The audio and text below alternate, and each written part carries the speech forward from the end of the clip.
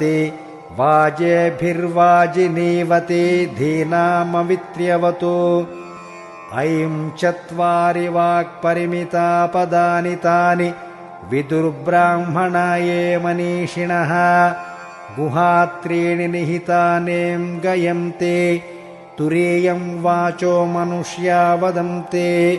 ह्रीं आनो दिवो बृहतः पर्वतादा सरस्वती यजताकं तु यज्ञम् हवं देवी जुजुषाणाघृताची शग्मान्नो वाचमुशते शृणोतु श्रीं पावकानः सरस्वती वाजेभिर्वाजिनीवति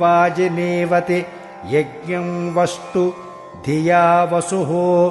बुलूं चोदयित्री सूनृतानां चेतं ते सुमतेनां